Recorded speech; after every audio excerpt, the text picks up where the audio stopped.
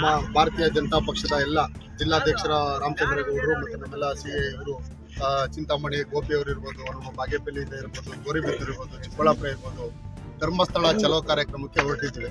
ರಾಜ್ಯಾಧ್ಯಕ್ಷರಾದಂಥ BY ವಿಜೇಂದ್ರನ್ ಅವರ ನೇತೃತ್ವದಲ್ಲಿ ನಾಳೆ ಸೋಮವಾರ ಧರ್ಮಸ್ಥಳದಲ್ಲಿ ಒಂದು 2 ಲಕ್ಷಕ್ಕಿಂತ ಹೆಚ್ಚು ಜನ ಸೇರಿ ಒಂದು ಸಮಾವೇಶವನ್ನು ಮಾಡಿದ್ವಿ. ನಮ್ಮ ಹಿಂದೂ ಧರ್ಮ ಉಳಿಸ್ಲಿಕ್ಕೆ ಅಂತ ಹೋರಾಟವನ್ನ ಮಾಡ್ತಾ ಇದ್ವಿ. ಈಗಾಗಲೇ ಹೋರಾಟವನ್ನ ಕಳೆದ ಒಂದು ತಿಂಗಳಿಂದ ಕೂಡ ನಮ್ಮ ಅನೇಕ BJP ನಾಯಕರು, ವಿಶ್ವಣ್ಣ ಇರ್ಬೋದು, ಕಮಲೇಶ್ ಗೌಡ ಇರ್ಬೋದು, ಅನೇಕ ಸತೀಶ್ ರೆಡ್ಡಿ ಇರ್ಬೋದು, MLA ಗಳು, ಅನೇಕ ಜನ ನಮ್ಮ ಶಾಸಕ ಮಿತ್ರರು ವಿಜೇಂದ್ರನ್ ಅವ್ರ ಜೊತೆ ಆಲ್ರೆಡಿ ನಾವು ಕೂಡ ಜಿಲ್ಲೆಯಿಂದ ಒಂದು ಬಾರಿ ಧರ್ಮಸ್ಥಳಕ್ಕೆ ಹೋಗಿ ಬಂದ್ವಿ.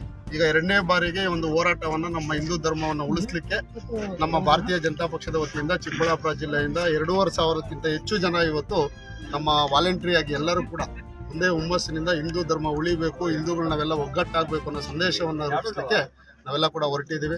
ಭಗವಂತ ಎಲ್ರಿಗೂ ಒಳ್ಳೇದು ಮಾಡಲಿ. ಈ ಒಂದು ಧರ್ಮಸ್ಥಳ ಏನು ಧರ್ಮವನ್ನು ನಾವೆಲ್ಲ ಉಳಿಸ್ಲಿಕ್ಕೆ ಅನೇಕ ಹೋರಾಟಗಳನ್ನು ಮಾಡಬೇಕಾಗಿದೆ. ನಮ್ಮ ಹಿಂದೂ ಧರ್ಮ ಉಳಿಸ್ಕೋಬೇಕಾದ್ರೆ ನಾವೆಲ್ಲ ಇದೇ ರೀತಿಯಾಗಿ ಒಗ್ಗಟ್ಟಾಗಿರಬೇಕು. ನಮ್ಮೆಲ್ಲ ಇನ್ನೂ ಅನೇಕ ಜನ ಇದಕ್ಕೆ ಕೈ ಜೋಡಿಸ್ಬೇಕು. ನಮ್ಮ ದೇಶದಲ್ಲಿ ಸನ್ಮಾನ್ಯ ನರೇಂದ್ರ ಮೋದಿ ಅವರು ವಿಶ್ವದಲ್ಲೇ ಹಿಂದೂ ಧರ್ಮವನ್ನು ಯಾವ ರೀತಿ ತೋರಿಸ್ಕೊಟ್ಟಿದ್ದಾರೆ. ಧರ್ಮಸ್ಥಳದ ಮಂಜುನಾಥ ಸ್ವಾಮಿ ಇಡೀ ಕರ್ನಾಟಕದ ಒಂದು ಹೆಣ್ಣು ಮಕ್ಕಳಿಗೆ ಒಂದು ಇವತ್ತು ಅನೇಕ ಒಂದು ಯೋಜನೆಗಳನ್ನು ಕೊಟ್ಟು ಅವರಿಗೆ ಇವತ್ತು ಉಪಯೋಗವಾಗುವಂಥ ಒಂದು ಸವಲತ್ತುಗಳನ್ನು ನೀಡುವಂಥ ಒಂದು ಸಂಸ್ಥೆ ಅದು ಹುಟ್ಟು ಹಾಕಿದೆ. ಧರ್ಮಸ್ಥಳದ ಮಂಜುನಾಥ ಸ್ವಾಮಿ ಒಂದು ಸಂಸ್ಥೆ ಇವತ್ತು ಅನೇಕ ಜನರಿಗೆ ಅನ್ನ ನೀಡ್ತಾ ಇದೆ. ಆ ಒಂದು ಧರ್ಮ ಉಳಿಬೇಕು ಅನ್ನೋದನ್ನ ನಾವೆಲ್ಲ ಕೂಡ ಸೇರಿ ಇವತ್ತು ಹೋರಾಟವನ್ನು ಮಾಡ್ತಾ ಇದ್ದೀವಿ. ಈ ಹೋರಾಟಕ್ಕೆ ಭಾಗಿಯಾಗಿರ್ತಕ್ಕಂಥ ಎಲ್ರಿಗೂ ಆ ಮಂಜುನಾಥ ಒಳ್ಳೇದು ಮಾಡಲಿ ಅಂತ ಹೇಳ್ತಾ ಈ ಸಂದರ್ಭದಲ್ಲಿ